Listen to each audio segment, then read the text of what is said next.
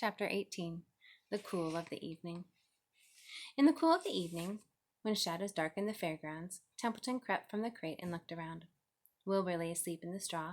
Charlotte was building a nest. Templeton's keen nose detected many fine smells in the air. The rat was hungry and thirsty. He decided to go exploring. Without saying anything to anybody, he started off. "Bring me back a word," Charlotte called after him. "I shall be writing tonight for the last time."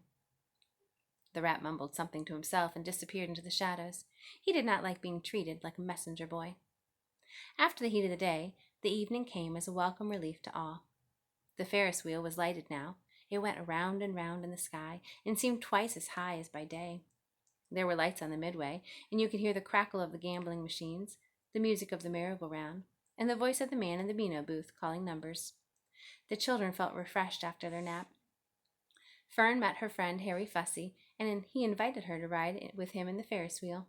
He even bought a ticket for her, so it didn't cost her anything.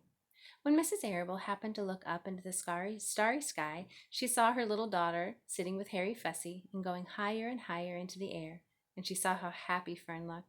She just shook her head. My, she said. "Henry Fussy, think of that." Templeton kept out of sight. In the tall grass behind the cattle barn, he found a folded newspaper.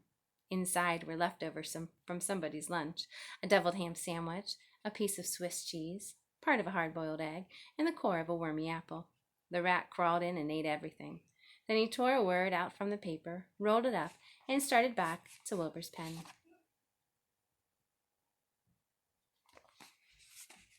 Charlotte had her web almost finished when Templeton returned carrying the newspaper clipping. She had left a space in the middle of the web. At this hour, no people were around the pig pen, so the rat and the spider and the pig were there by themselves. "I hope you brought a good one," Charlotte said. "It is the last word I shall ever write." "Here," said Templeton, unrolling the paper. "What does it say?" asked Charlotte.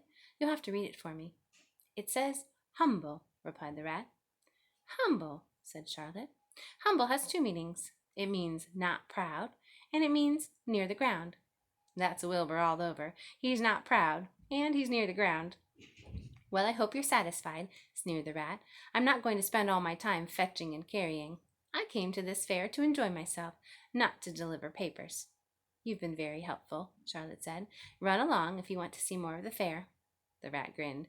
"I'm going to make a night of it," he said. "The old sheep was right.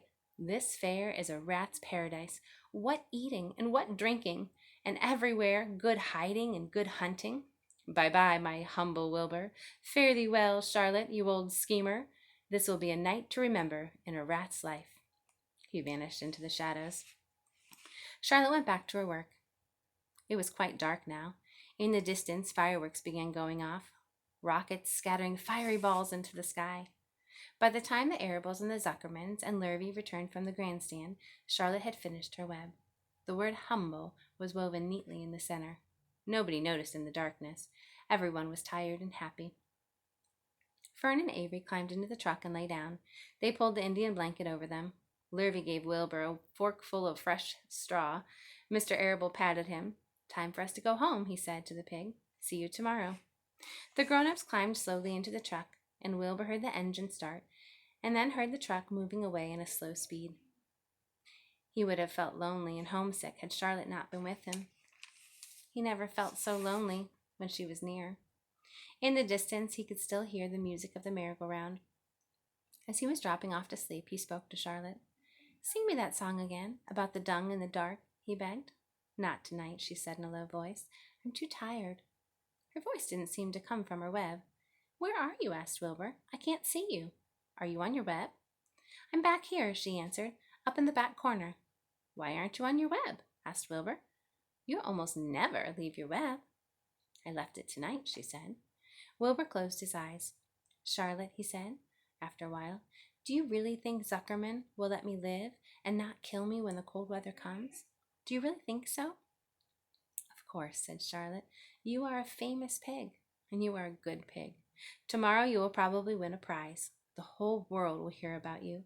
Zuckerman will be proud and happy to own such a pig. You have nothing to fear, Wilbur. Nothing to worry about. Maybe you'll live forever. Who knows? Now go to sleep." For a while there was no noise. Then Wilbur's voice. "What are you doing up there, Charlotte?"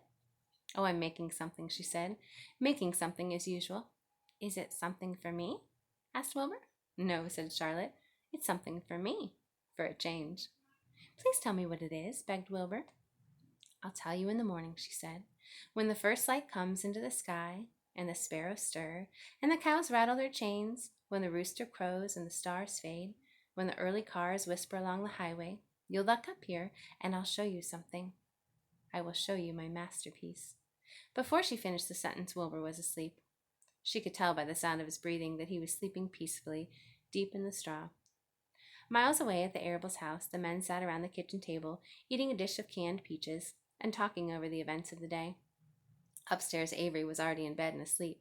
Mrs. Arable was tucking Fern into bed. Did you have a good time at the fair? She asked Fern as she kissed her goodnight. Fern nodded. I had the best time I have ever had anywhere or at any time in all of my whole life. Well, said Mrs. Arable, isn't that nice?